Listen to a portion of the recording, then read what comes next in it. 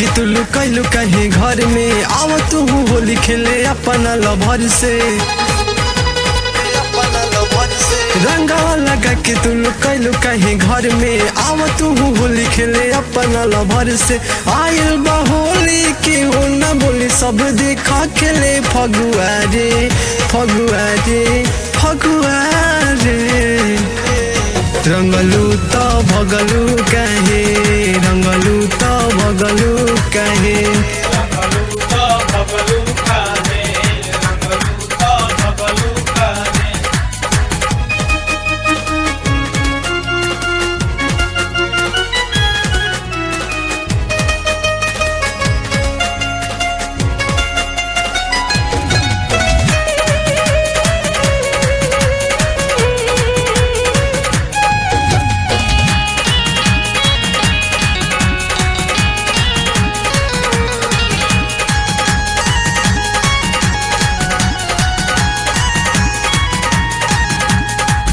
ना हम बरियारी कैनी नहीं रंगदारी कैनी नहीं तुहरा डाल से पहले रंगवा तुहरा के लैनी ना हम बरियारी कैनी नहीं रंगदारी कैनी नहीं तुहरा डाल से पहले रंगवा तुहरा के लैनी अचक में आइलो रंगवा लगल मन रह गइल भकुआ रे भकुआ रे भकुआ रे रंगलू तो भगलू कहे रंगलू तो भगलू कहे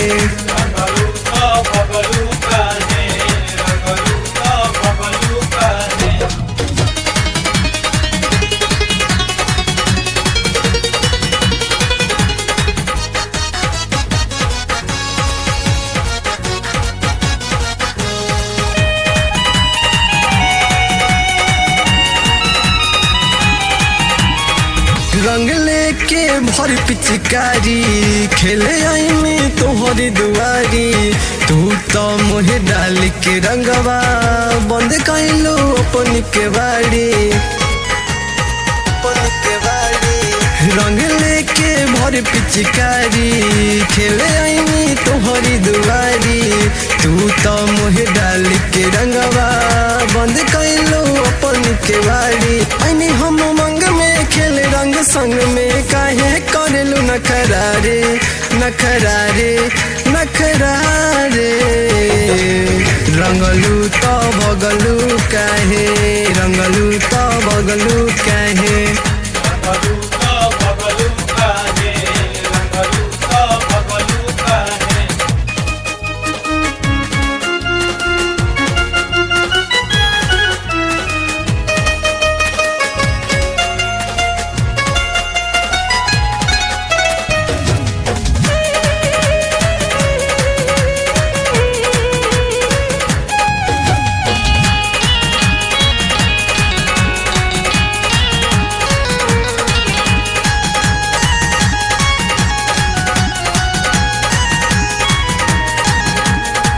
साल भर पे आविला होली